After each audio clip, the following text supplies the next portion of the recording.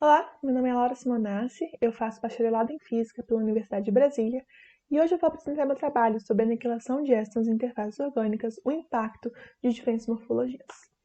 Nossa motivação para esse trabalho é de que nas últimas décadas os materiais orgânicos vêm sendo bastante aplicados na indústria de desenvolvimento de aparelhos optoeletrônicos. Isso porque eles apresentam algumas vantagens, como mais baixo custo de produção, maior flexibilidade e também são mais leves. Dentre os materiais orgânicos se destacam os polímeros conjugados, porque eles apresentam uma cadeia conjugada que favorece as propriedades de transporte de energia nesses materiais.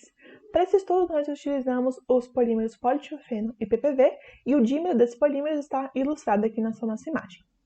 Nos polímeros conjugados, o transportador de energia, o portador de energia, é o Weston, um estado ligado entre um elétron e um buraco. Então, para estudar esse transporte de energia nesses materiais, se torna importante simular essa dinâmica dos Westons.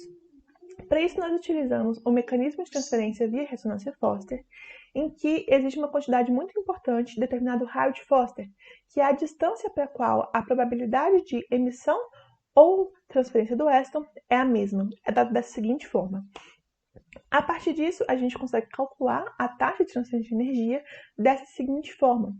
Essa taxa é muito importante porque a partir do raio de Foster, nós conseguimos simulá-las e simular a dinâmica de Estons via um algoritmo de Monte Carlo cinético. Se alguém tiver interesse, o algoritmo que nós mesmos desenvolvemos na linguagem Fortran está disponível no GitHub, acessando esse seguinte link. Então é possível ver melhor como o nosso algoritmo de fato funcionou. Então, o nosso principal objetivo é avaliar como a morfologia afeta o transporte de energia. Tem alguns fatores que afetam esse transporte, por exemplo, os efeitos de aniquilação. Os efeitos de aniquilação, eles podem ser simulados quando dois éstons atingem a mesma posição ao mesmo tempo. Então, uméston é aniquilado e o outro continua o processo de fusão normalmente. A partir disso, a gente consegue fazer uma avaliação da nossa simulação e observar a contribuição dos mecanismos monomoleculares, que são de decaimento normal do Weston, e bimoleculares, que são resultados da contribuição dos efeitos de aniquilação na nossa simulação. E a gente avalia a amplitude desses dois efeitos. Então, aqui a gente avalia essa amplitude relativa em função da concentração de Weston na nossa simulação para o politiofeno à esquerda e para o PPV à direita. No nosso insight, a gente avalia essas amplitudes absolutas para cada um. A gente consegue observar que existe um ponto para a concentração de éstons em que a contribuição dos efeitos bimoleculares ultrapassam a contribuição dos efeitos monomoleculares. Nós determinamos esse ponto como uma concentração crítica.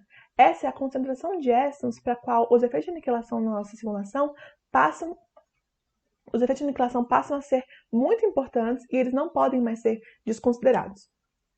Em seguida, nós avaliamos morfologias que apresentavam tanto o polímero politiofeno quanto o polímero PPV. Aqui a gente avalia a concentração crítica em função da razão de politiofeno na nossa morfologia e no inset em função da razão de PPV na nossa morfologia. A gente observa que quanto mais politiofeno nós temos nessa morfologia, maior essa concentração crítica. Então, mais éstons nós precisamos colocar na nossa simulação para os efeitos de aniquilação serem relevantes. Para o PPV, a gente observa esse efeito oposto.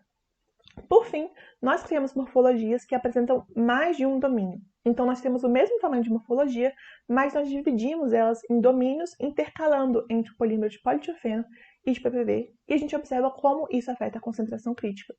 A gente observou que a concentração crítica ela diminui com o aumento do tamanho desses domínios.